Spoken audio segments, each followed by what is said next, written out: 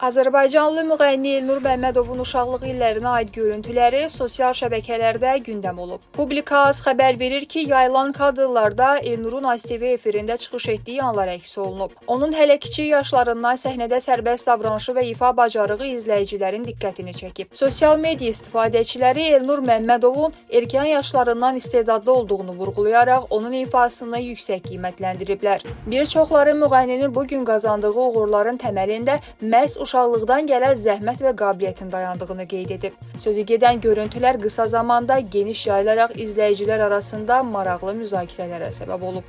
Azərbaycan övladıyıq, başımızələ qanadıyıq, salam verib al səhərə, başlamışıq bu səhərə, hey, hey, hey, hey, dolaşırıq ölkələri, ürəklərdə Azərbaycan, səhər axşam arzulayar, ürəklərdə